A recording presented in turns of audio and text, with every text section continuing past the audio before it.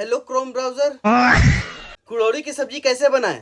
कुड़ोरी की सब्जी बनाने के लिए सबसे पहले डालिए राई का तेल, सांडे का तेल, हिमगंगे का तेल, लाल वाला तेल। क्या बक रहे हो मादरचोद? इतने सारे तेल मेरे पास नहीं है, जो है वो वाला डाल दीजिए। ले बेटा। ध्यान रहे कि सरसों का तेल ना डालें। तो साला बहुत नीच आदमी रे। अब डाल दिया तो निकाले ना। ये भगवान क्या जुल्म है। निकाल लिया है तो डाले ना। बहनचोद।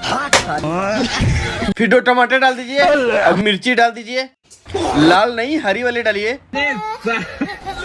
फिर नमक डाल दीजिए। ले बेटा। रुकिए रुकिए, नमक मत डालिए। एक्चुअली कुड़ोरी पहले से खट्टा होता है। कौन कह रहा माँ की चूस चूस की ढाल। हमारा पूरा खानदान मीठा है। अब 5 कुड़ोरी डाल दीजिए। फिर दूध डाल दीजिए कुतिये का। ये क्या अभी पुलिस में दौड़ी, अभी तक गाँव में लटका दी, गाँव में लटका देकर ना चिरवाऊं लेता हूँ।